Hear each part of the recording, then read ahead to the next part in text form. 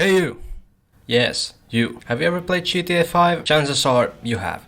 I mean, GTA is one of the known game franchises of all time. It lets you experience the life of a criminal, or criminals, without hurting anyone.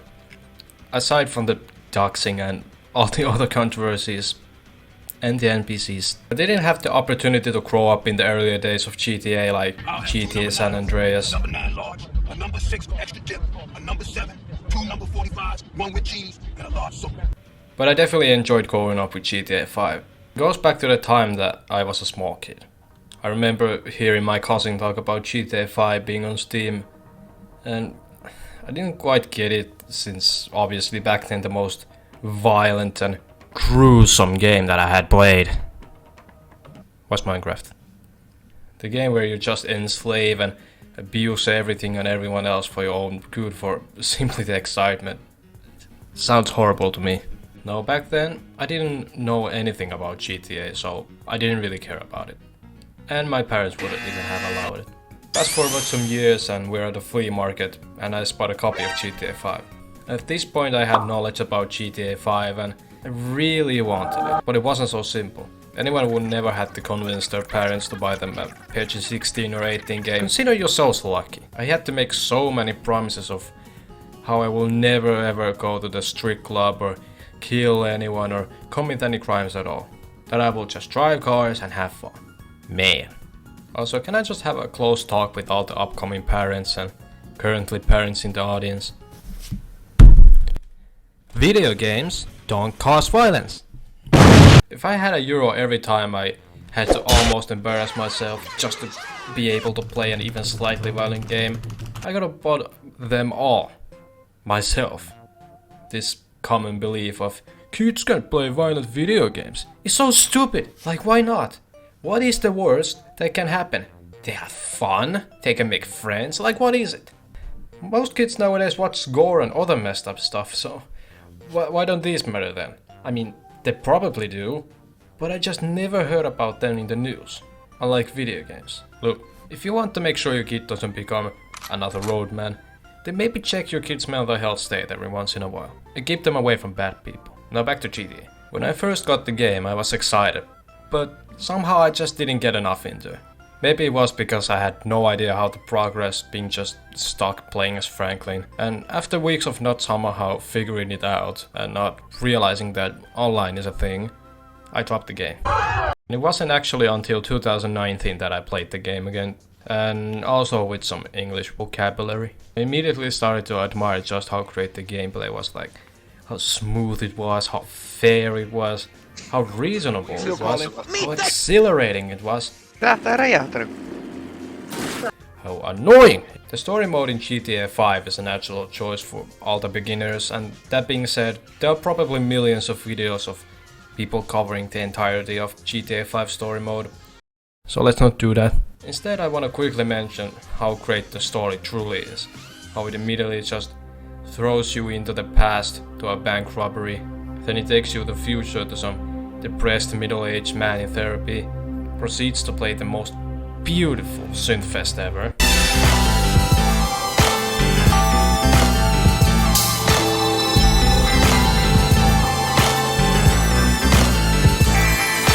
Introduces us to the two fine gangsters asking where the Berthold beach house is. And yeah, the story gets interesting from there on. We get to meet all the protagonists. Franklin, the black yee ass haircut dude. Michael, the depressed backstabber old dude. And Trevor.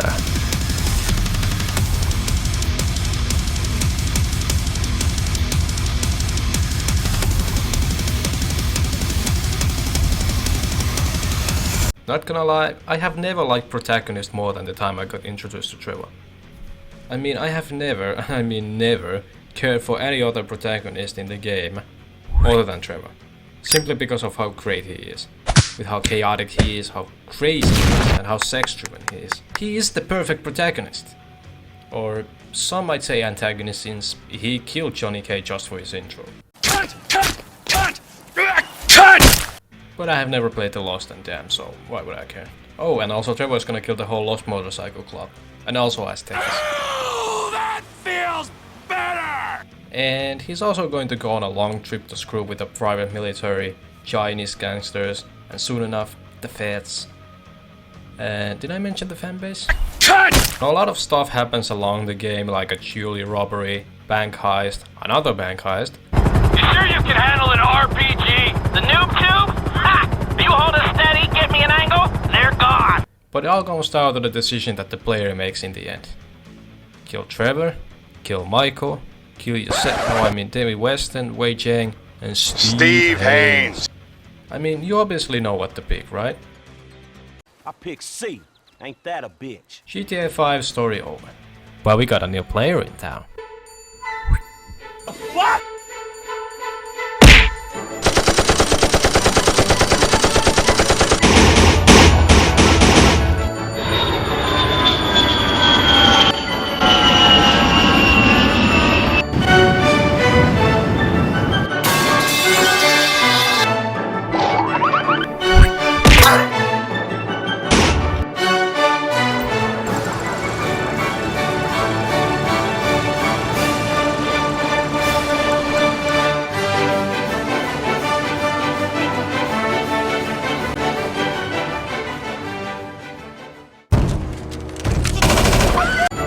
Sure, doesn't talk a word, but sure as shit makes a lot of noise.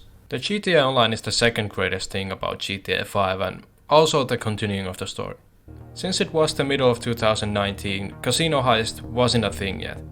But thankfully, there were a lot of other shits that try to take a step without being blown apart, either by oppressors or modders. The anti-cheat system for GTA 5 was probably sold right next to my GTA 5 in the flea market, because my god does it suck.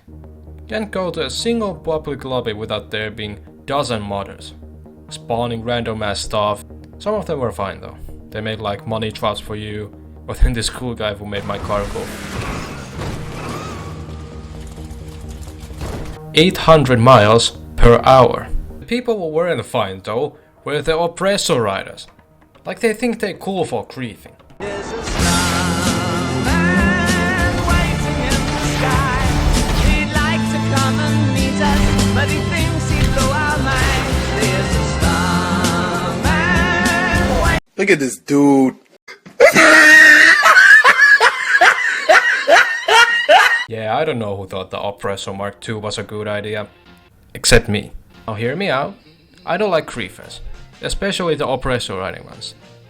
But Oppressor Mark II is like the best heist prep vehicle ever.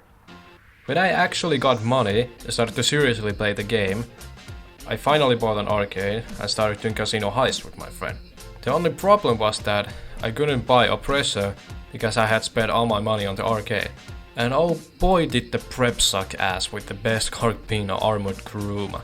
The difference between doing haste with Oppressor and cars is like the difference between Superman reaching places and Batman reaching places. With car, the preps took up to 2 hours or more. With Oppressor, maybe close to 1 hour and 30 minutes. Sure, you might argue that's not a significant change, but considering I have done the heist a few hundred times, it definitely adds up. It was also much of a pain to do all the other heists, since I was poor. Me and my friend did Fleesa heist so many damn often that it's just ingrained in my memory. Not that it's really difficult to remember, but just take some time to newbies. We went over every single fast bike we could come up with, and we even watched YouTube comparison videos to find which is best. Just because we wanted the juicy Elite Challenge. For more money. We also realized that we need an apartment closer to Lester's factory, since that was the reason why we didn't get it, despite how fast we were. Now, my friend didn't really start doing any of the other heists. He didn't actually play the game for some time after we had done Fleesa heist enough to get him all the weapons. And I was kind of left on my own to figure out how to get an arcade. Prison Break was a horrible choice. I'm not gonna lie, it is somewhat fun of a heist, especially if you are Demolition. Only problem is that it pays you nothing. It's the biggest problem in each heist, job, whatever. All the randoms, they don't know anything. Especially team play. At first I thought I can just wait for the 1000 level players, only to realize that 80% of the time they have just bought an account, and therefore aren't good as a level 10. Hume Labs raid was a better option, only problem was delivering the EMP To this day, I have not done that prep. Serious funding is amazing, because it's Trevor.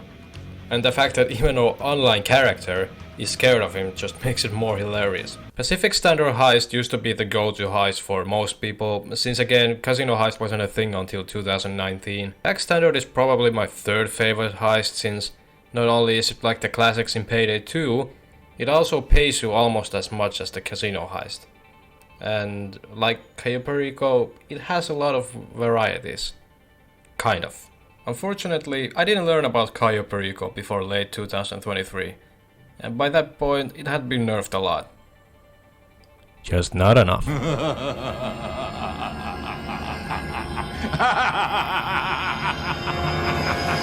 This game also keeps you playing with one funny twist, making you realize that just sinning with money is boring, unless you're in tech. It's not really a surprise how GTA 5 stayed relevant for all those years.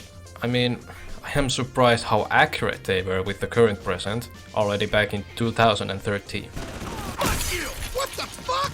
GTA 5 on its own was already amazing and kept the franchise alive, even though some people go back to play the older GTA games. But what added more fuel to the fire was GTA 6. I never watched any of the leaks, but my god, that trailer. That also begs the question. Since GTA 5 kinda left the other GTA games in the dust, is GTA 6 gonna leave GTA 5 in there as well? I don't think so, and I certainly hope not. Remember, Trevor needs you for the Trevor Phillips Industries, so go buy the game. Right fucking now!